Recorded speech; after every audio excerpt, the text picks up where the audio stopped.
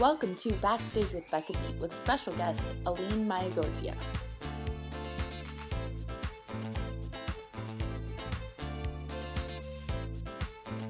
Hi everyone, and welcome to this episode of Backstage with Becca. On this episode, she's done regional productions of shows like In the Heights, Evita, Into the Woods, and Kinky Boots.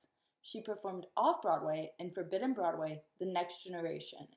And she is currently on the road with the Boleyn tour cast of Six the Musical, where she plays Katherine Howard. Please welcome Aline Mayagoitia. So, first of all, to start off, I'm going to ask, how have you been? I've been good. You're on a national tour right now, a pretty big national tour right now. Yeah. And y'all are traveling to, I went on and saw the list of cities that you all are going to, and it's an insane schedule. And I think the tour is still dropping dates.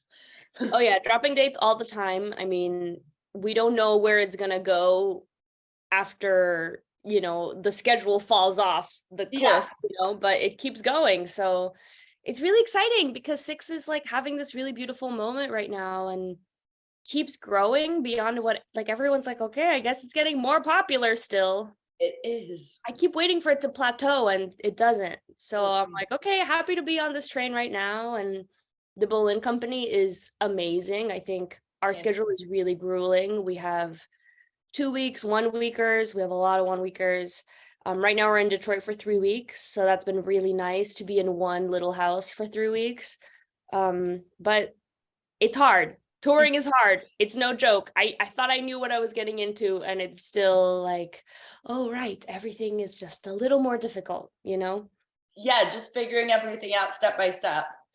Yeah. And this is your first national tour, so I'm going to get into Six later, but because I have a lot more tour questions. But have you always known that you wanted to be a performer, and when was the moment that you realized? Yeah, so my parents are both theater people, actors. My dad did a lot of telenovelas in Mexico, so I grew up kind of going to set with him. And oh, hello. Good morning. Yes. Keep that in. It's the truth. And then my mom was directing a lot at this theater in Mexico, and I would just go with her to rehearsals, and I watched. Yeah, I don't know. It's funny. There's a lot of concepts there should be levels, and standing in a line is boring, and focus attention, don't get distracted by the audience. You have to give the attention focus to whatever's happening in the scene. Stuff like that, I feel I just learned when I was way too young to even know why you do those things. I just was levels are important. So it's just kind of the way my brain works is I hate dead air on stage. I hate when people are peeking out to the audience, stuff like that. I think it was just really built up in me. So anyway, I was a really shy child, so I didn't love performing necessarily, but I loved singing quietly to myself. And then when I was 10, we moved to the US. Well, right before we moved to the US in Mexico, I did Annie for a year. So that was essentially Mexican Broadway, which is weird to think about that the closest I got to doing 8 shows a week was with my first job ever. It was not 8 shows a week. I think it was 6. But still, as a kid, that's so exciting. And it's I have a full-time job. Literally. And it was a lot. I remember, the dancers, the ensemble people were getting injured and doing, the normal things that happen in a play that is professional. And we were just the little girls, the little orphans there. So yeah, that's pretty much when I started. But then when we moved to the US when I was 10, we moved to Austin, Texas. Hey, Texas, what up? Yeah. And that's when I started getting really into the technique of singing. I really got into choir. I got voice lessons really young because my choir was fierce. We went to TMEA in middle school, which was unheard of.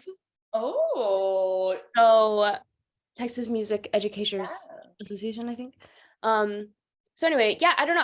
I think I fell in love with the skill of it too, and the meditative practice of getting better.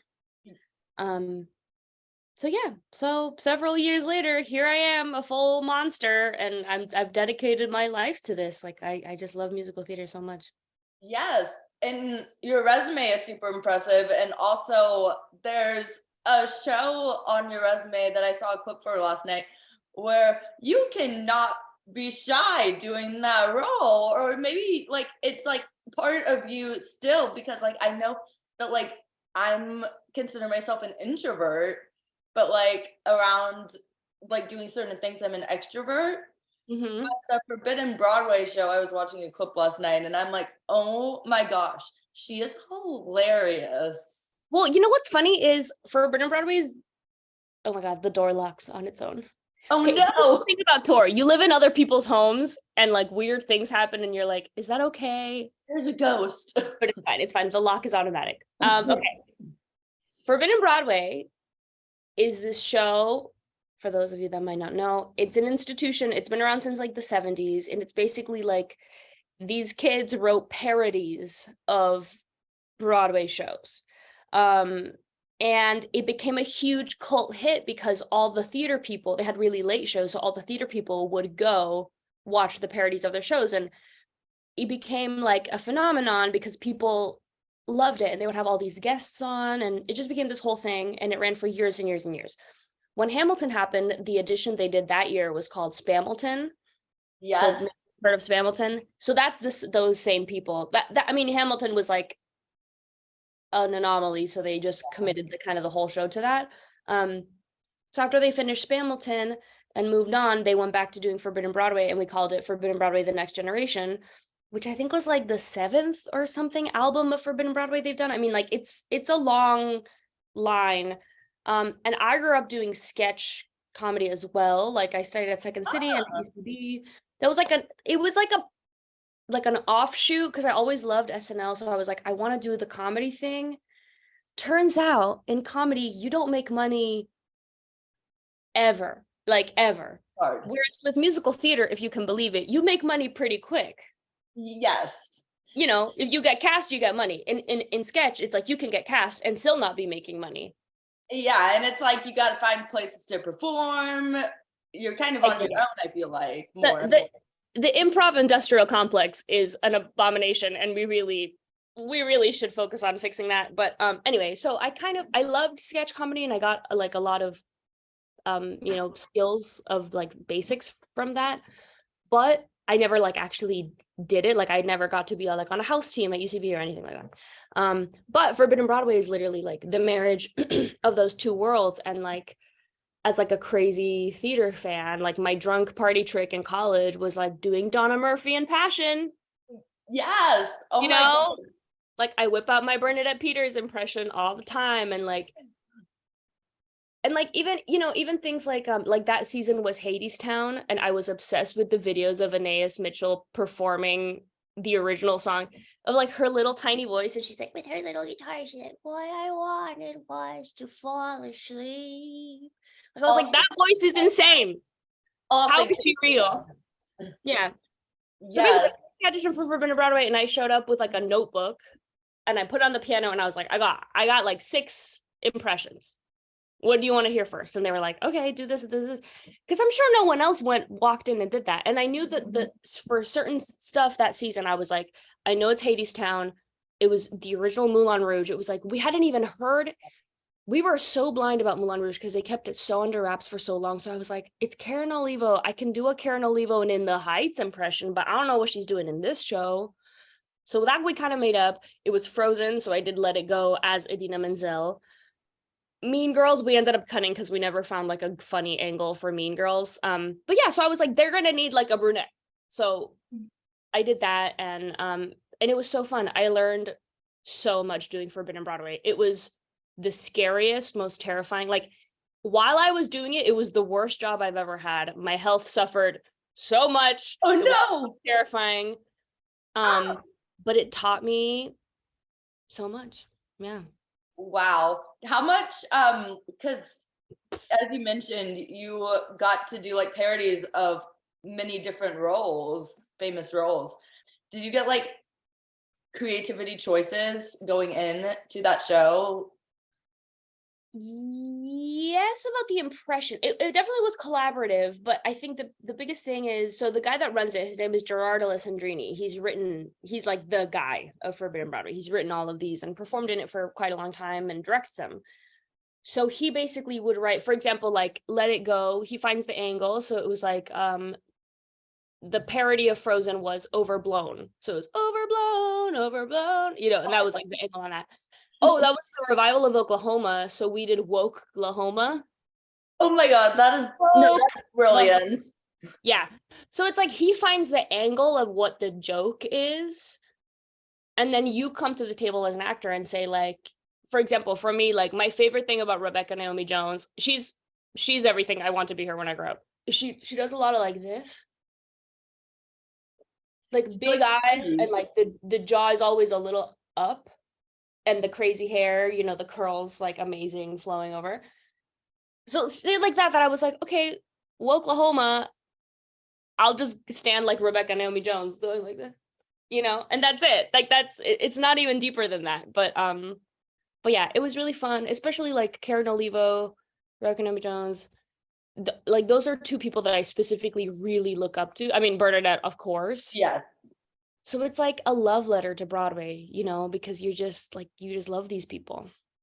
And it kind of like, you get to like bring out, they're like doing impressions, you kind of get to like bring out the inner theater geek too, which is really cool. Cause you're like, this is how well I know these people. 100%. And the other thing is, I think I'm getting now at this age, I'm 28 now. I feel like when you're young, you're like, wow, I hope I can be allowed to spit in a bucket, like you're just like, please let me do anything, please. Yes. And now on the I mean, obviously easy to say once you've done the jobs, but for example, for Forbidden Broadway, I'm like, there's a part of me that is like, there's actually very few people in New York my age who just have 6 impressions ready to go. Yeah. Like actually, when you think about it, you're like, actually, there's many people who are talented. Yes. So many people who are talented. Talent flowing over. Yeah. But specific like skills and knowledge and life experience of doing drunk Broadway impressions for your friends at musical theater college, like that is what I bring to the table, and it's unique. It is, and you got to give yourself all the credit for that. Yes, you do. And I think as you get older, you're like, no, actually, I think I used to think there were like 1,000 people that could do any role at any moment. And the reality is there's only like 10 people that could do any role at any moment. Yeah. Which is still a lot. That's still like really fucking competitive. And once it gets to that point, it's cutthroat and you got to bring your A game. But I don't know, it makes it a little friendlier to me because I'm like, it's 10 people and any of us could do it. And it just is about whether we are the right one for that moment in that production. It's like a puzzle at that moment. Yes. Yeah. It's like what clicks in this production. So going back a little, do you remember the first show that you ever saw as an audience member was? On Broadway? Anywhere, regional theater too. It must have been seeing my mom do Cats. No, sorry. Starlight Express. She did Cats before I was born, and she did Starlight Express after I was born. And I remember I was so young. Like I must have been like a year and a half, 2. Oh my God. 2. You're like, what is even going on? I don't know. Yeah, I mean, Starlight Express is hard to understand today, let alone when you're 2 years old. I mean, and I remember my dad brought me to the theater to be like, hey, let's go see your mom. And like, if you know Starlight Express, they're on skates. So already, like, if you're a kid, they're tall and they got these crazy wigs, everything lights up, their faces are fully covered. Like, if you think clowns are scary, people made up as trains are terrifying. Yes. So my first memory of theater was abject terror. And I remember that because everyone was so injured all the time, and my mom would come home with these like bruises, and like she dislocated her shoulder at some point, and they had to give people these like B vitamin shots so that they could like make it through the show because it was just so exhausting. So I remember seeing people get like shots in their thighs off stage during the show, and I was like, this place sucks. Like, this place hurts people. Everyone looks like a train. It's dark and scary. Everyone is 11 feet taller than me. I hated it. Yeah. Yeah, as a little kid, your thought process is like, what is happening? Especially being the real world side of stuff. Yeah. I think it's my mom. So it was like these people hurt my mom. Like I just remember being like really protective of her. Yeah. And you don't know like you don't know what's going on at that age, honestly. Yeah. But after that, she directed the one that like really, really impacted me was she directed Saturday Night Fever and West Side Story back to back. Oh my gosh. And those are both like Iconic. New York City and Annie. So really it was like going to the 70s in New York, then the 50s in New York, and then the 30s in New York. That's fun. And you're like, I want to go to New York. Yeah. Yes. I remember NYC and Annie, and I was like, oh my gosh, I need to go to New York. Yeah. I remember, have you seen the show Jane the Virgin? A little bit of it. Okay, you know the guy that plays the dad? Yes. Okay, so that's Jaime Camil. So he played Bernardo in my mom's production of West Side in Mexico. Oh. And I remember this one day in rehearsal, we were in the audience and they were trying to figure out the set. And there was this like it was like the Sharks arriving to the Rumble. It was like this like tall hallway thing, like a passage catwalk thing. And there was like a guardrail. And they had this idea. The guys were like, yeah, we're going to like hop on the guardrail and like hop down to the stage. Oh, you know where this is going. Oh my God. Guys are just. Say it with me. Men are stupid. Yes. So Jaime Camil, they hop, literally it's like 11 dudes, like so many sharks. They hop onto the guardrail. It folded and it went, so the whole catwalk went like that. And all 8 of them, thankfully they were like young, hot dancer boys. So they were fine. They're like athletic and stuff. And they're like, Yeah, but I just remember it was like slow motion because it was like the thing folded, then it was like, punk, And the moral of the story is men are stupid. But yeah, but I don't know. So it was like experiences like that where also one time during Saturday night, so I'm only telling scary stories. During Saturday Night Fever, I wasn't there that night, but the disco ball fell because it was time for its like yearly checkup of the cables that held it up. So they changed them. They were doing the right thing. They were like, yes, we're going to change the cables so that they're nice and fresh and strong.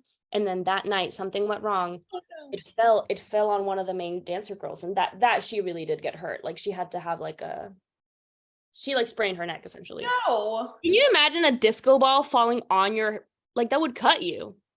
Well, like, and thinking of that, I'm imagining like the chandelier and Phantom and what they go through, what they have gone through to make that work, because that's a little dangerous too. That's dangerous territory. Yeah. So theater is scary. Moral of the story, and I'm still here. So I mean, it is. I mean, proof is also going back to like Hades Town, the turntable.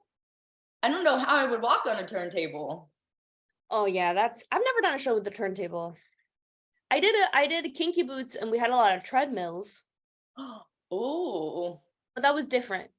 Yeah. Because that's still a lot of like you're doing multiple things on stage. Yeah. Or the girls that do 6 on a cruise ship where the ground is moving. I can't imagine. I went on one cruise ship and never again because there was like a hurricane going on at the same time. No, everyone who does any performing on cruise ships deserves a medal. Yep. I assume they wear like the seasick bracelets. Maybe somewhere. I'm not worried about the seasickness. I'm worried about like you take your jump that's choreographed and when you land, the floor is in a different place. Like that is. Nah. It's a little like unsettling. Yeah. Our Universal alt, Marilyn, oh my gosh, on the ship. And she says that, like at the beginning of the show where we go, welcome to the show. We like walk down stage all sexy. She was like, like, what is happening? yeah, like trying to keep your formation in the water. It's like, I don't know where am I? Yeah. Yeah. Oh my gosh, that's I cannot imagine. So, before I get into six, you built a resume and played roles such as Eva and Evita in Sally Bowles and Cabaret, and Cinderella, Into the Woods, Nina, and In the Heights. Which regional production has been your favorite to perform in, and why? Ooh. Okay. My favorite regional production that I've done, one that was extremely meaningful to me because it was like a huge milestone for me, was when I graduated. I did like a lot of In the Heightses and Evitas, which was great. But at some point I was like, I want to do a show where I'm not specifically Mexican, Latina, Hispanic. I want to do a show that it's either like full colorblind casting where it's like really diverse, or straight up that's like not even a factor and they're just choosing to go a different direction specifically. You know what I mean? Yes. So I auditioned for the Hangar Theater that year, and I got, and they do like rep. So it's like the same cast does multiple shows, which is, really fun. That's really cool. I got to do Cinderella and Into the Woods, which is very much like colorblind casting. And then I got to play Lauren in Kinky Boots in the same season. And that felt like the other option, which is like, we're just going to make you like a Mexican descent British girl who's a hot mess. And they gave me this like horrendously beautiful blonde wig with a dark root. Oh my goodness. The people who make wigs, like, I bow down to them. Exactly. You have to, like, the detail that goes into it when you're like up close. I'm like, wow, that's insane. It looks like real hair. But it was great because it was, literally in rep, like we were rehearsing Kinky Boots and still performing Into the Woods at night. And it just felt so validating that it was like, I am here doing work that is informed by who I am, obviously, but like people see beyond that. So that was like really, that was great. Because I think at some point you're like, wow, I've done 4 In the Heights in a row. Like, is that all I'm ever going to do? So that was really meaningful. And like artistically, I learned so much. And then the last thing I did right before 6 was I finally achieved my lifelong dream of playing Sally Bowles, which was like, I love cabaret. I've done it a bunch. I've auditioned for it a bunch, and I've never played Sally. I've been in it 3 times. I've teched it a couple other times. You were like, I'm gonna play this role one day. I got so close right before the pandemic, and then they ended up hiring the fucking producer's wife, and I was like, no. So, I was just a little, I don't know, like hopeful about it. Like I was like, well, I know I can do this. It's gonna happen. And with Sally Bowles, it's like, you can do that kind of at any age. So it'll, Sally can be 50 and it still reads. Well, I guess not 50, but definitely like 40. Yeah. Anywhoomst, that was really meaningful. That was really, really meaningful. It's a dream role that like so many people have when I ask about dream roles. So And it's so endlessly creative. You can do so many things. Yes. I want to direct cabaret. That's what I really want to do. I want to direct cabaret. Ooh. Have you directed, because you mentioned that your mom directed shows? Yeah, in college I directed a bunch, and then weirdly after I graduated college, I've just been busy being an actor, which has been wonderful. But I really want to get back to it, honestly. Lately I've just been feeling a little like, okay, what's next?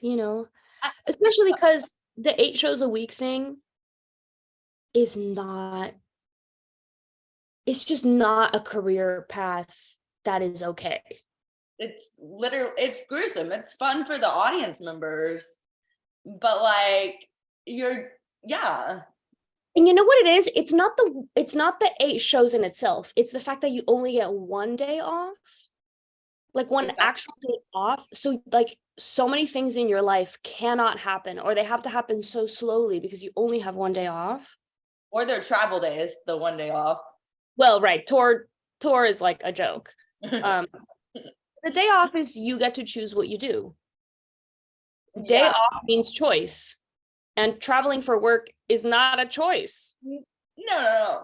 And it's like, I want to be doing other things, not packing a suitcase. Yeah. Literally, like today I have to take inventory of all my pantry because I can't take all this shit in my suitcase to Hershey, Pennsylvania. Oh, that's what tour is. That pantry, that's what tour is. Figuring out what you're gonna pack and what's gonna fit. Yeah. Exactly. Yeah. So speaking of, I want to get into Six and ask, what was your audition process like for Six? And when did you first hear about the show? Because it's been popular for a bit now, in especially London. It has. I first heard about it because Sam Polly left to go do Evita at Regent's Park, because I auditioned for that production too. I was like, the worst laryngitis you have ever had in your entire life. That was me at the audition for the Regent's Park Evita. I remember being like, it was terrible. But anyways, yeah. But I was like, okay, who is this girl that got it? And I was like, oh, she's in Six. And I was like, what is this show? So literally, it's like because of Evita and Sam Polly that I learned about Six at all. And I was like, okay. And that she had that like infamous Bat Out of Hell tour, and I had friends that were in that tour. So I was like, oh, it all comes back to Bat Out of Hell. Yes. And yeah, but then like, you know, life went on, whatever. I kind of forgot about it. And to be completely honest, I'm an elitist musical theater Sondheim ass piece of shit. So I saw Pop Show and I said, gross. Because that's my personality and that's my own trauma to work through. You're like jukebox style, huh? Yeah, like first of all, I judge British musicals. I do, because I'm a piece of shit. I'm telling you, I own it. But anything that's a little British, I'm like, I'm already suspicious. And the fact that it was pop, I was like, okay. So anyway, I literally, piece of shit, didn't pay attention to it. Years later, it was literally like the week the world ended, March 13th of 2020. I got a tape request and I was like, sure, I'm gonna die of COVID anyway, as we all are, so whatever. So I was in my apartment with my bestie who happens to play the piano. So I was like, can you figure out the chords to Toxic and we'll just do a tape? Ooh. And I remember by then, I like called all my friends that really knew the show and I was like, which one am I? Like, because that's the weird thing about Six is they're not, you know, predetermined by race, body type, height. Which is amazing, I think. I think the biggest thing is like voice part, like, you know, where your voice sits, like tessitura, and then like vibe. Yeah. It's just kind of anything. So I asked all my friends, like, which one am I? And they were like, you're literally Howard. And I was like, yeah. That's what I thought. Okay, great. So I went in, and by went in, I mean, I made a tape. I sent it to the ether, didn't hear anything, of course. And then way months later, I got called in once. And I remember they danced us and I wasn't ready for that. Like, I didn't understand that it was like a dance show. Yeah, the dance is it's insane. And I remember it was like, you know, I get it confused because I also went in for Hadestown around that time and it was terrible. I like 2 back-to-back terrible dance auditions and I literally was like, what am I doing with my life? So anyway, maybe I'm confusing. Like I don't remember. And that's bad. I should remember. But anyway, that one doesn't matter because nothing happened. If anything, the thing that happened specifically, I remember after the Hadestown one for sure, I was like, I need to get back into dance class. And because I've always been a dancer, but you know, you just fall off the wagon. Like I think the second you graduate from college, your skill starts to go like this. Yeah. Yes, you have a BFA. You're doing it like every day, I feel like. Literally. It suddenly comes to a full stop. Yes, and it's like your brain starts deteriorating. The speed at which you learn lines starts deteriorating if you're not auditioning a lot.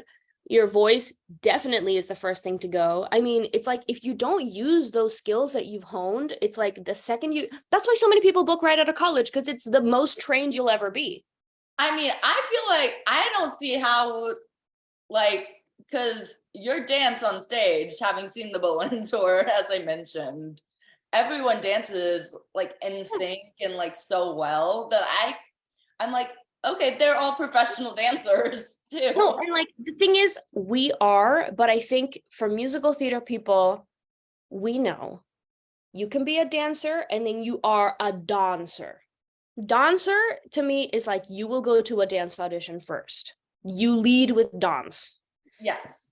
And even though I grew up as like a little Trina in Ballet Austin, that has never been my calling. I am glad I have the skills I have, but I have never, especially since I got to college and I saw like real dancers, like my friend Haley Toland, who was literally in the West Side Story movie. We were in the same class. So I was like, oh, you're a dancer. Okay, I get it. So I'm going to go over here and direct my little plays and be happy. Story, Newsies dancing. Literally. So anyway, so I think just anything that like starts with the dance call, immediately I was like, because speed of picking up choreo has always been like a thing that's hard for me. And when I was 1,000,000,000% out of shape in like my like peak pandemic depression, I remember my brain felt like Teflon. Like it was like that Hadestown. I mean, it's fucking Hadestown choreography. It's like clap, clap, clap, clap. I couldn't remember it. I could not pick it up. It was terrible. So anyway, I got my shit together. I went to dance class. I got myself back like in life. And so then the next time, then I did a show with Josh Burgas at Barrington Stage, which was like a dance show. So that also was great because I think the reason I booked that, and that, I mean, that was like actual like ballet, like the stuff that I'm trained in, not hip hop. So weirdly, that was a lot easier for me. And it was a lot of like native Mexican, like indigenous dancing, like folk styles. So that one I nailed. You were like, I got this. I was like, I got this. But because it was like, I was literally surrounded by dancers, like truly. Like Caleb Marshall, fucking yeah, in Moulin Rouge, like he was one of my dance partners, no joke. So I was like, okay, better step it up.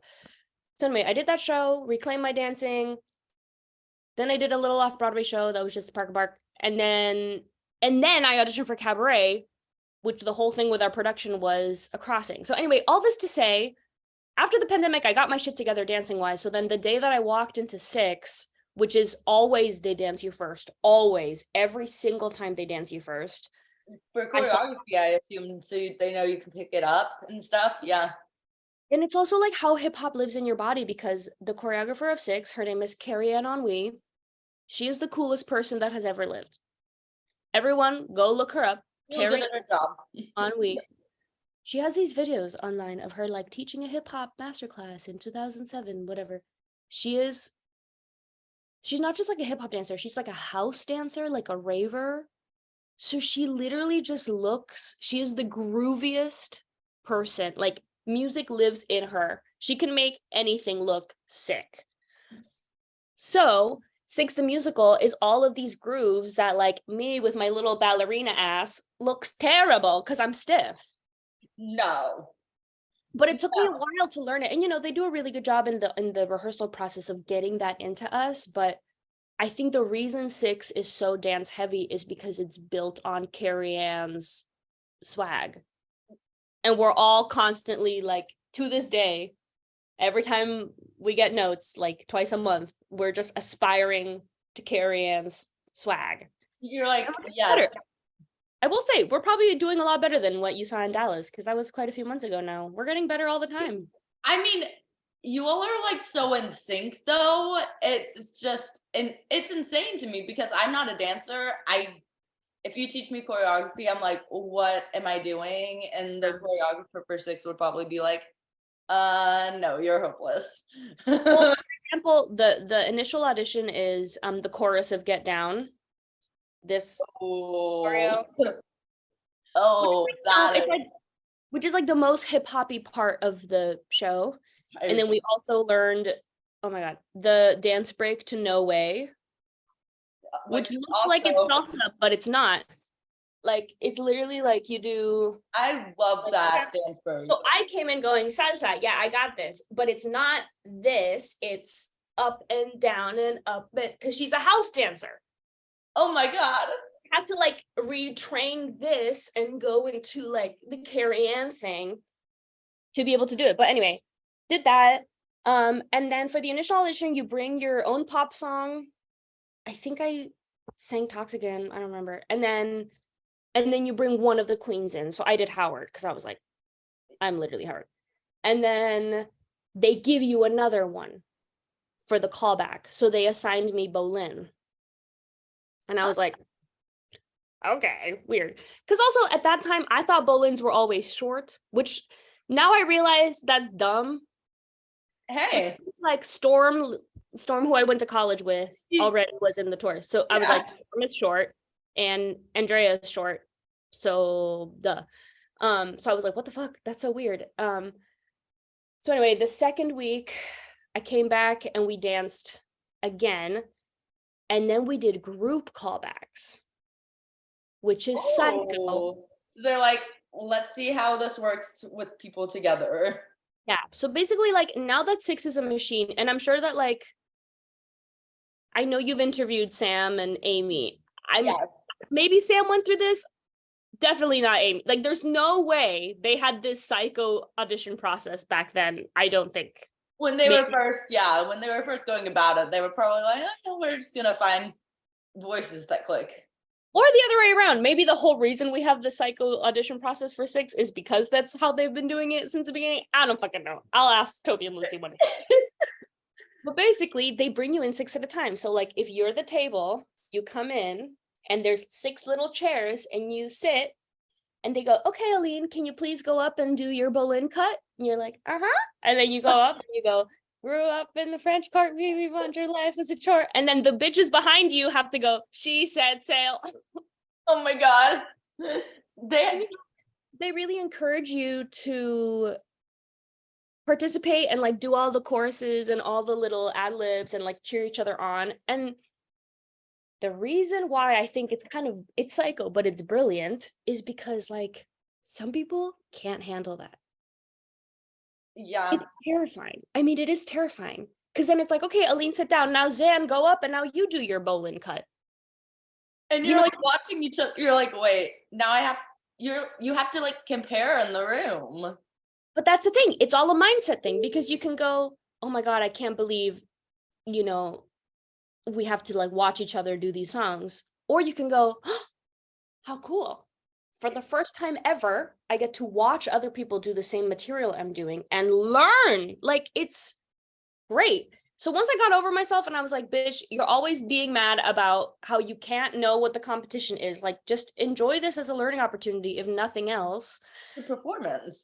Literally, it's like class. Like you're in college again. You're in my sophomore acting the song class, like sitting there watching your friends. And here's the other thing. By the time you're in the third callbacks of Six the Musical, the bitches are singing. Everyone is fierce. Everyone is killing it.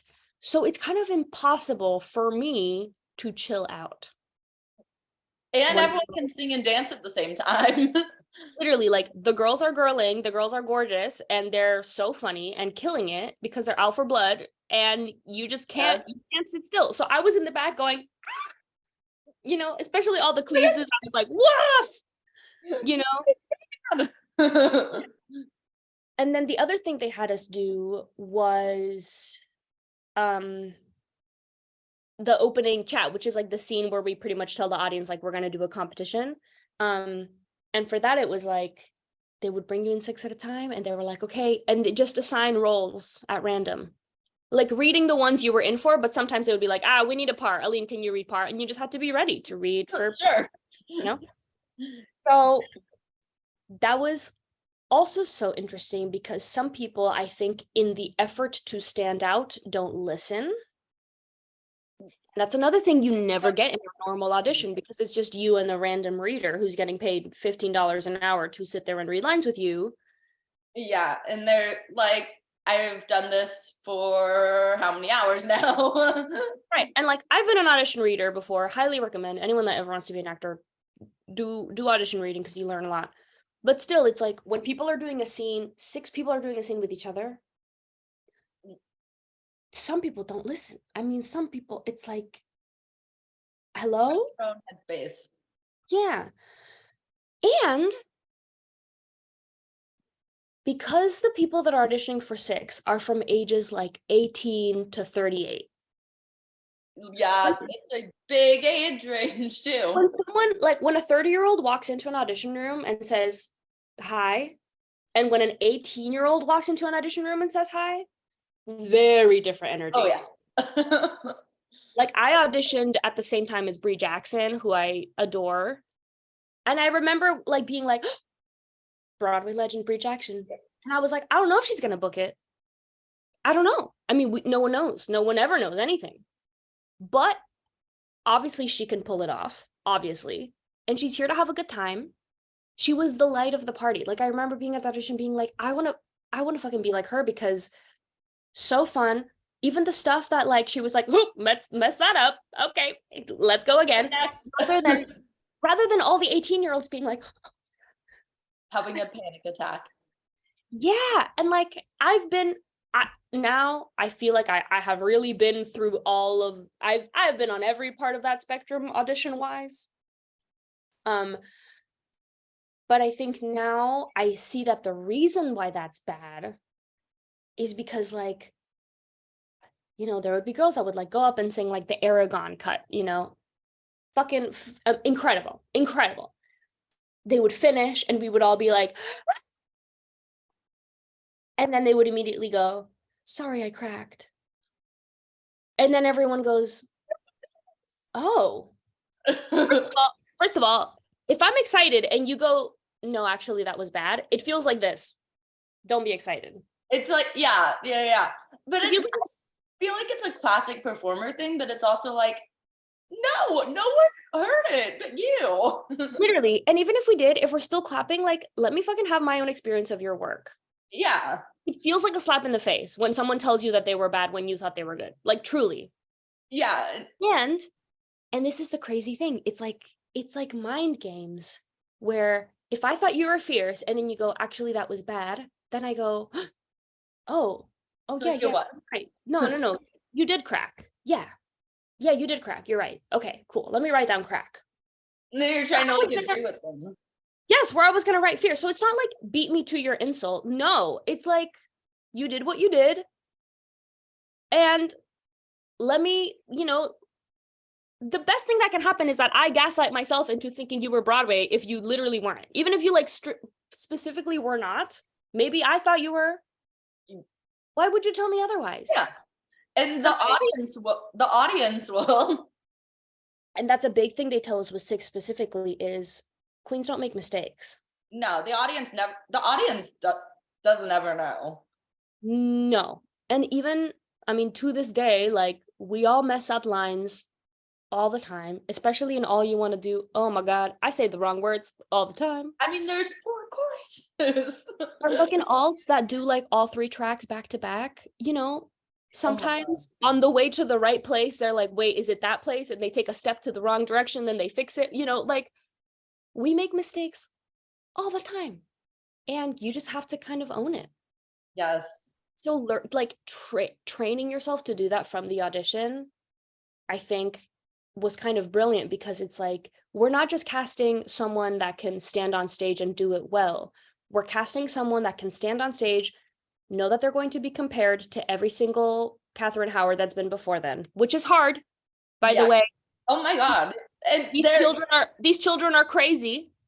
Yes, these 6 fans have seen it. Like I love you all, but you're it's not that deep. It's literally just a musical. It's a fun musical. It's a musical you're supposed to go to the theater and have fun. And if you want to see different people in different roles, then great. That's fun. That's theater. Like, if you want to get cast in 6, like, have you been to enough therapy to handle being tagged in people's posts where they're like, here's all the Katherine Howards. This one's my favorite. It's not you. And they'll tag you. No, we can. I am so glad I'm doing this show now at my age. I feel like I have barely enough experience to be able to really pull it off, like emotionally and mentally. You're like 16-year-olds, please stop tagging us and post picking Yeah, your I mean, it's like, yeah, I don't know. It's interesting. They don't know. They can't sense it. But I'm really proud of myself that I can handle it now. But I just think the reason why they chose us partially is because we handled the audition process well. Yeah, and I feel like during the audition process, they also get a look at like the chemistry that you all have and the like and whether or not like you all will be a good support system for each other in a way. Yes, but I will say there was never a moment in the callbacks where it was the Boleyn cast of 6 alone in a room. Yeah.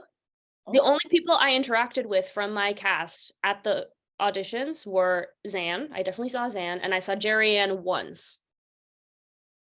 And because all the Latinas know each other, I was like, "Are we friends on Instagram?" She was like, "Yeah. Hi," and we kept in touch. Love that. But literally that's it. Like there was never a moment where it was like Jerry Ann, Zan, Amina, Aline, Terrica, like they never like lined us up and were like, yeah, these 6 look good together. All right, sign off. Never. Wow. So a lot of that they're imagining. They're filling in a lot of the gaps, which is why this show is so hard to cast. Yes. Yeah, you have to cast. I mean, and it's all about timing, I feel like, as most shows are with casting. Yeah. Oh, so many of the people in my cast had made it really, really far for the first national tour. And for whatever reason, they were like, "Oh, we love you," but and now this was the right fit for them. Yes. And it's because they found a combination of people that they're like, okay, these people are perfect. Yeah. Like they form a group very And well. we are so different. I mean, it's so interesting because you'd think it's such a machine show, but like we are so different. And everyone tells us that, like, "Oh, I just saw the other companies," and like It's fun. so different.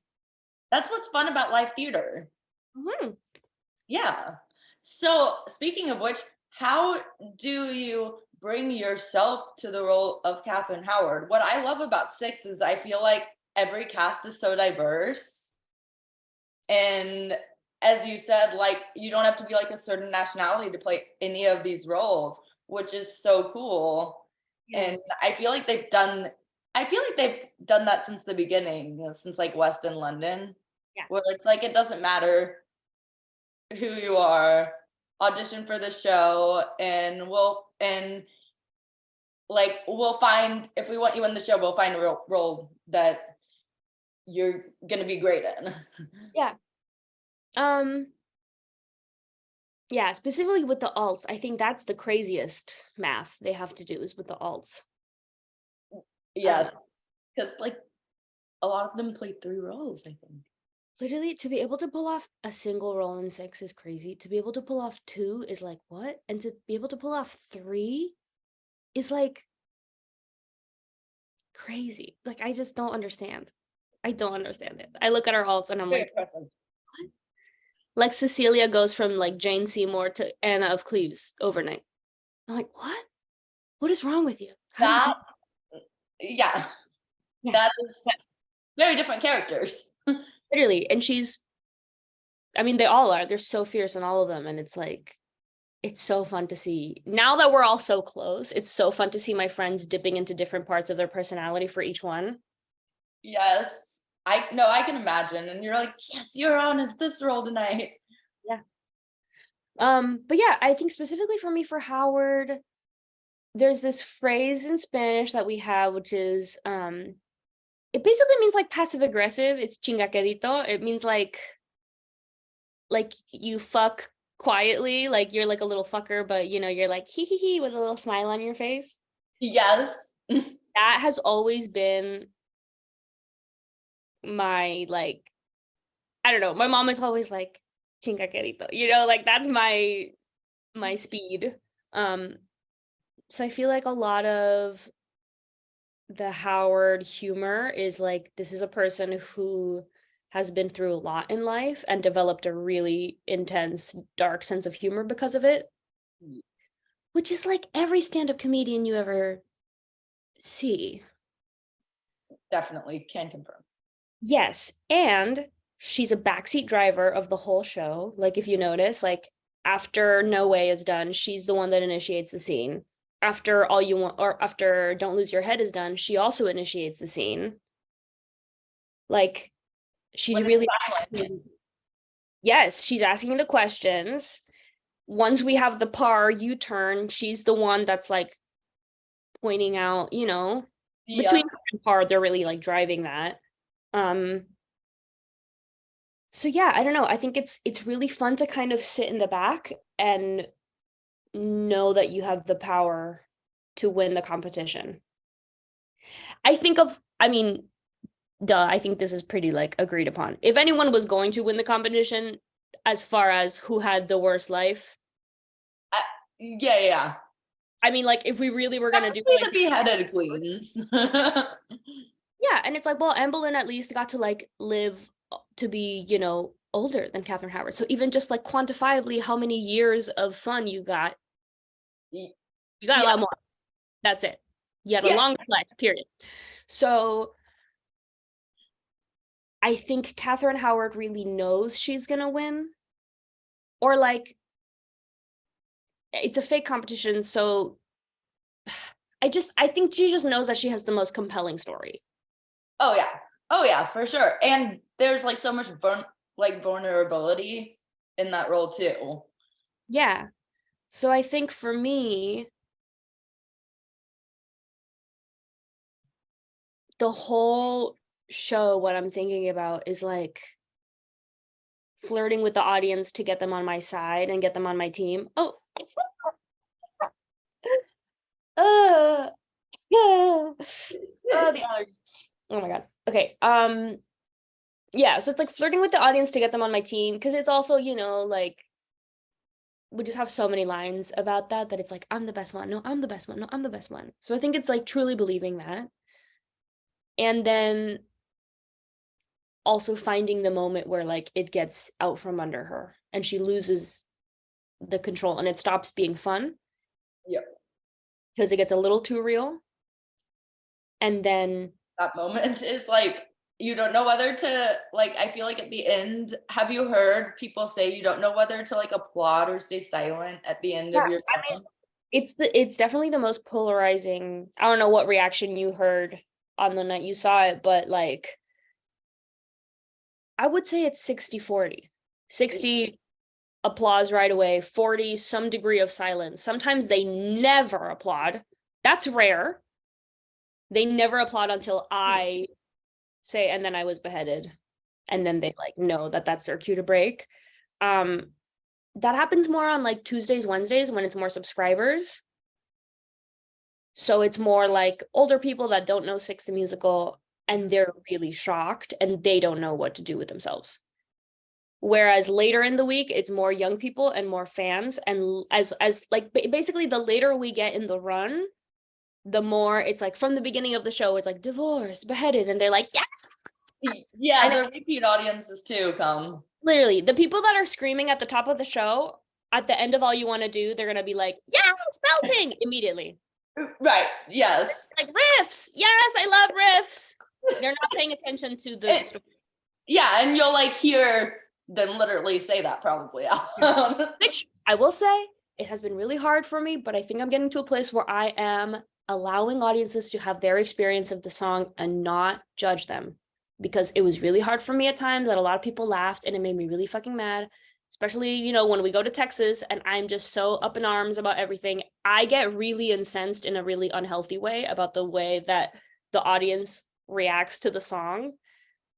And that has not been good for me. So I'm trying to just be like, if they wanted to scream about the riffs that night, or they wanted to cry, or they wanted to be completely silent, whatever it is, or they cackled, that is their trauma response and it's not mine. That's their Yeah. shame, their pain, their laughter, and it's not mine. And that's what they needed to do.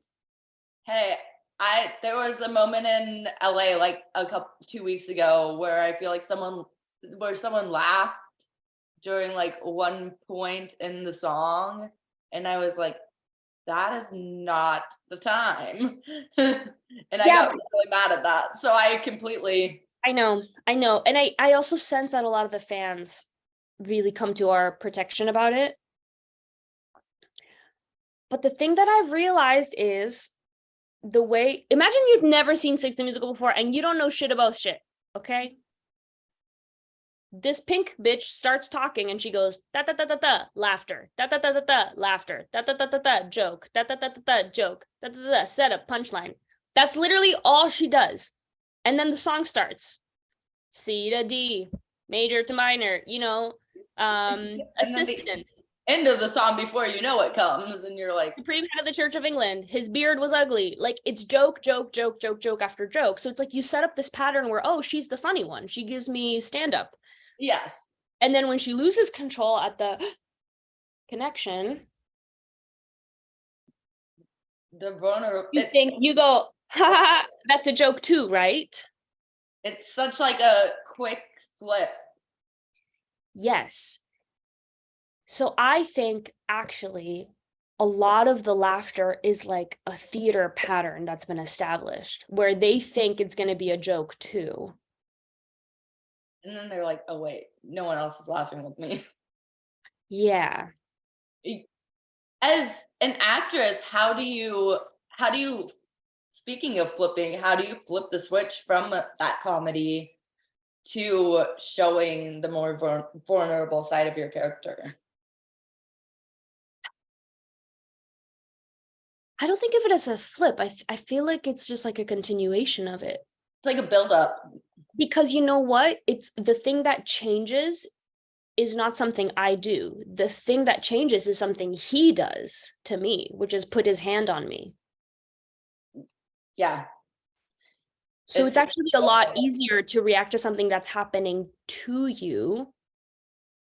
If you hand me a coffee, I'm going to go, oh, thank you. Okay. Rather than to me, go get up and get a coffee. Like that takes energy. But when things happen to you, it's easier to react. And so I think I just focus on like how much I love. I think that's what it is. It's like the more I'm like grateful for the friendship of Thomas, of like, wow, no, like truly, there's literally no chemistry. We just hang out. We like talk about books that we like. I'm so fucking lonely. And this guy is fun, and like we walk around the garden. Yeah, that's what they would do. Seems great. Yeah, like they go like pet the horses and walk in the garden and like maybe read a book.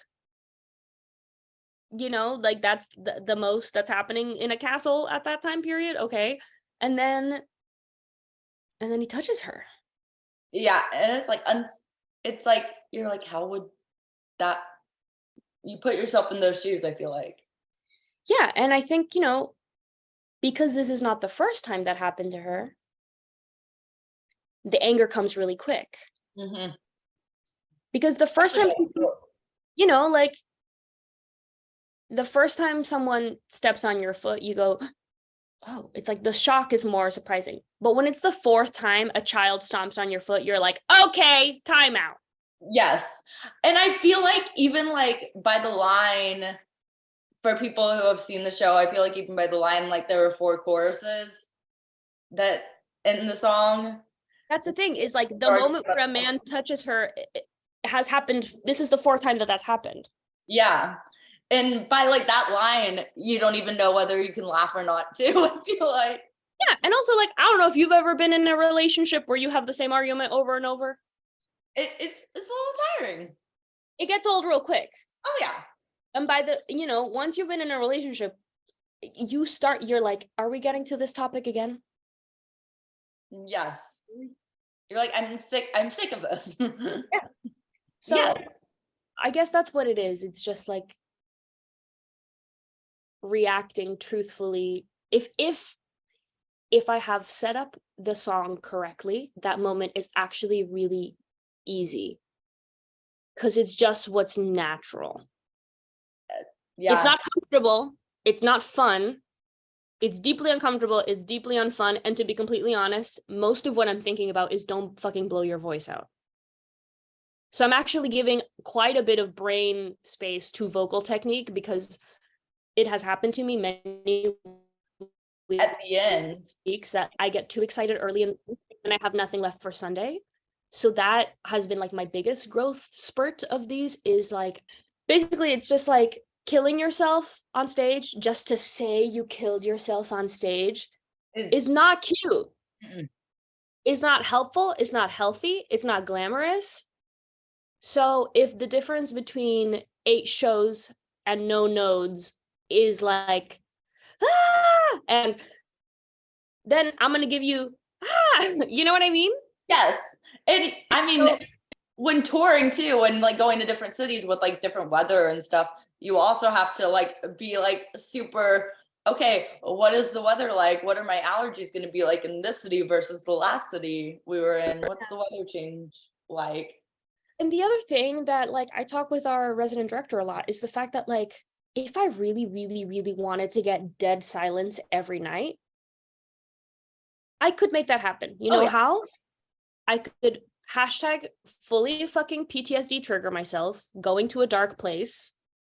I could just scream, cry, have a breakdown, and literally trigger my brain out of being an actor playing Katherine Howard, playing a pop star, and just be like Aline, the triggered animal, and sob and cry. I could do that. And no one would know what to do. Yeah. Right. And the audience would be like, what the fuck, is this girl okay? Yep. But that's not my job. My job is not, here Aline signs a contract saying she will trigger herself like a triggered animal on stage every night. No. It says, tell the story of Katherine Howard to this track, which is a specific tempo, which is a specific thing, and pull off the comedy after.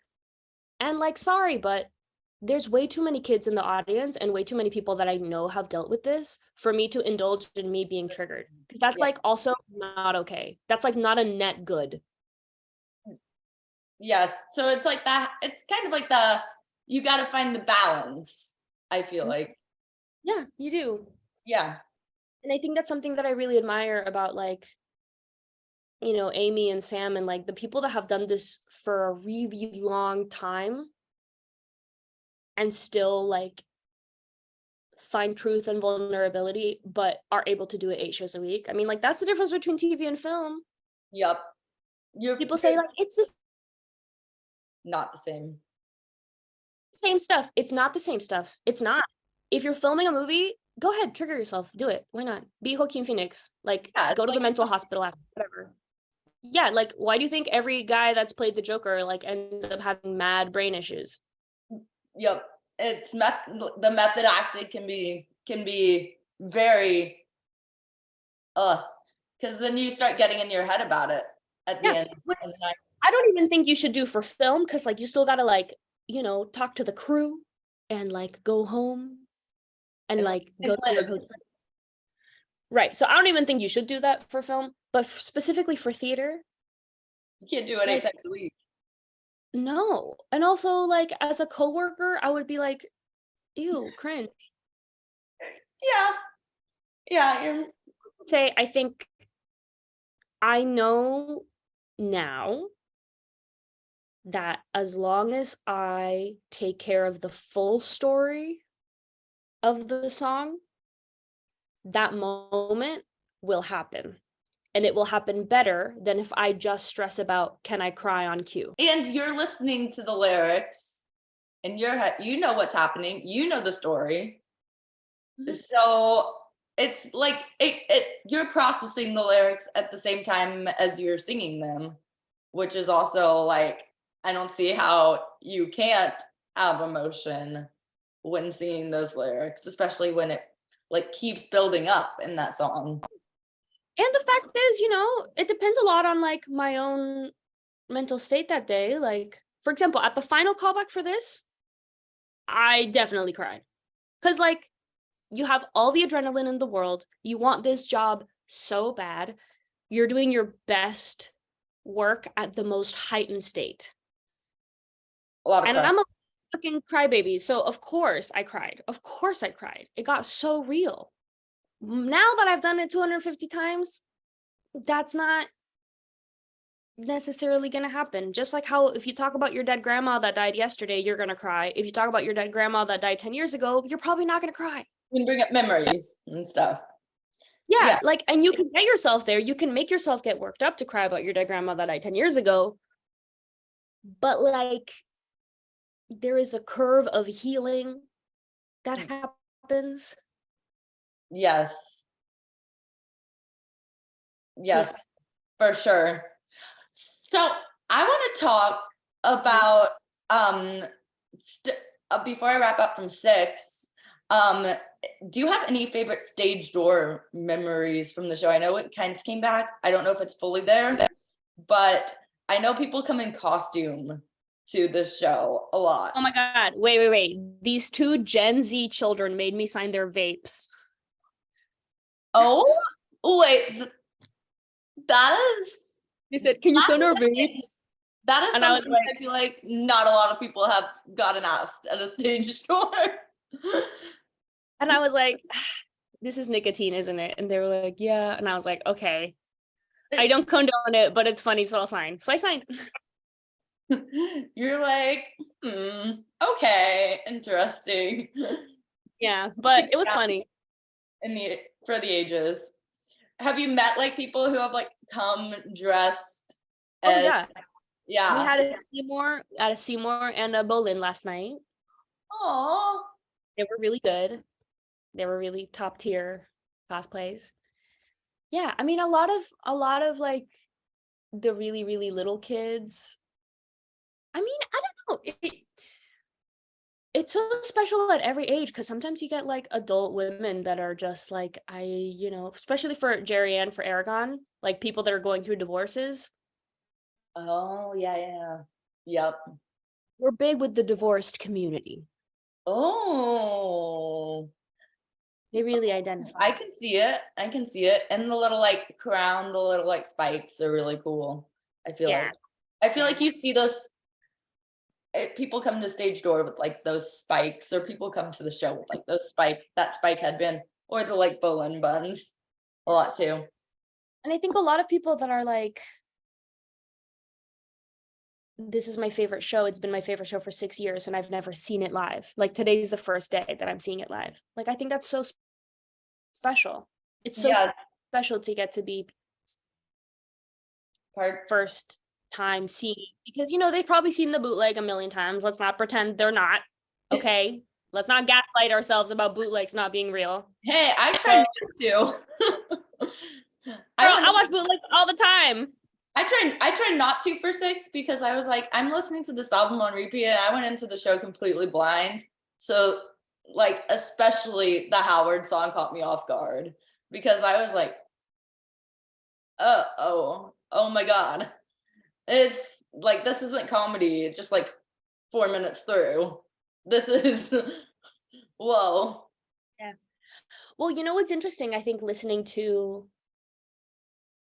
when you listen to like the British studio album, All You Want to Do, versus the Broadway live album, All You Want to Do, one of them is listenable, the other one is not. You're just like, I have a hard time listening to that song because it's just like, you can hear this person is being abused. That's not like a jam in your car. No.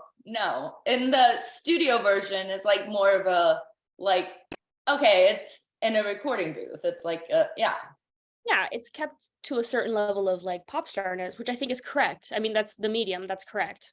Yes. But the number in real life is very different. Yes, oh my God, it is, and highly suggest for anyone who hasn't seen the show yet to go and see the show and get the real life experience. Speaking of which, before I wrap up, how would you convince people to come and see 6, whether it's on the national tour, Broadway, any production? I mean, the first thing is it's 85 minutes. So if you hate it, it's over so quick. You know what I mean? But you won't hate it. I don't think. You literally won't hate it. It's like, if you enjoy singing in your car, if you enjoy RuPaul's Drag Race, yes, if you have ever watched American Idol, if you like PBS, if you like historical costumes, if you like glitter, if you have a child in your life that you wish lives in a world that is better than the one we currently have, if you care about reproductive justice, Female empowerment.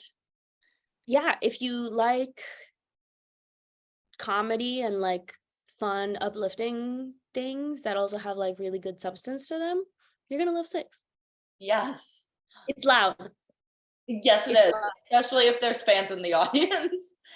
It's very loud, yeah. But I feel like, Opposite of a sleeper. oh yes, it's like, it's definitely not Hades Town. Speaking a lot about Hades Town in the beginning. It's definitely Yeah, it's on a different spectrum than Hades Town in a way. Because it's like a pop concert. I think the structure of Six is a lot like Chorus Line. Uh,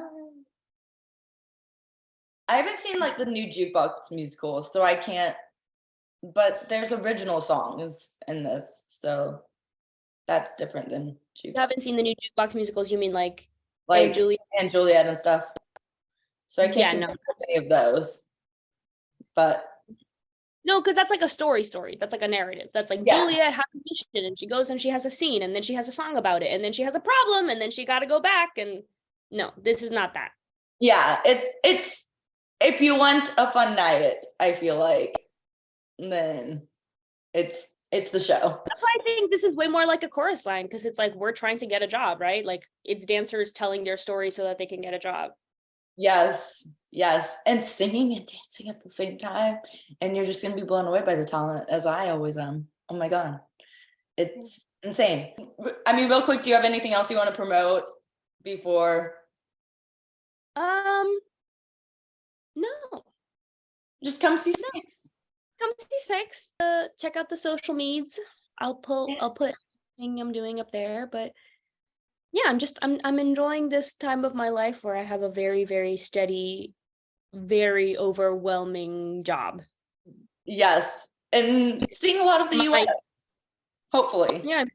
Yeah, I mean, doing a tour is like the show is your life in a way that, you know, no other job is as all-encompassing as a tour.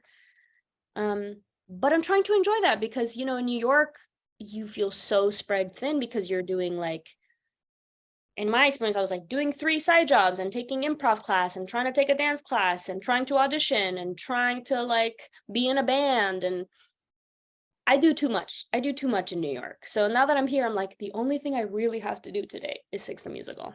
And that's kind of nice. It's simple. Yeah, and hopefully you have like time to see cities, which is kind of cool. Yeah. And I know your rehearsal schedules and stuff. Well, thank you so much for joining me to chat today. I'm very honored, as I said at the beginning, because I love Six and loved the Boleyn tour, and you were incredible. Thank you. Thanks for watching this episode of Backstage with Becca B. You can follow me on Twitter and Instagram at Becca B Talks TV. Or for more exclusive content from this interview and more, you can follow me on Instagram and Facebook at Backstage with Becca B. Make sure to subscribe to my channel and like this video, or if you're listening on Apple Podcasts, go ahead and give me a 5-star rating. Thanks for tuning in, and I'll see you guys next time.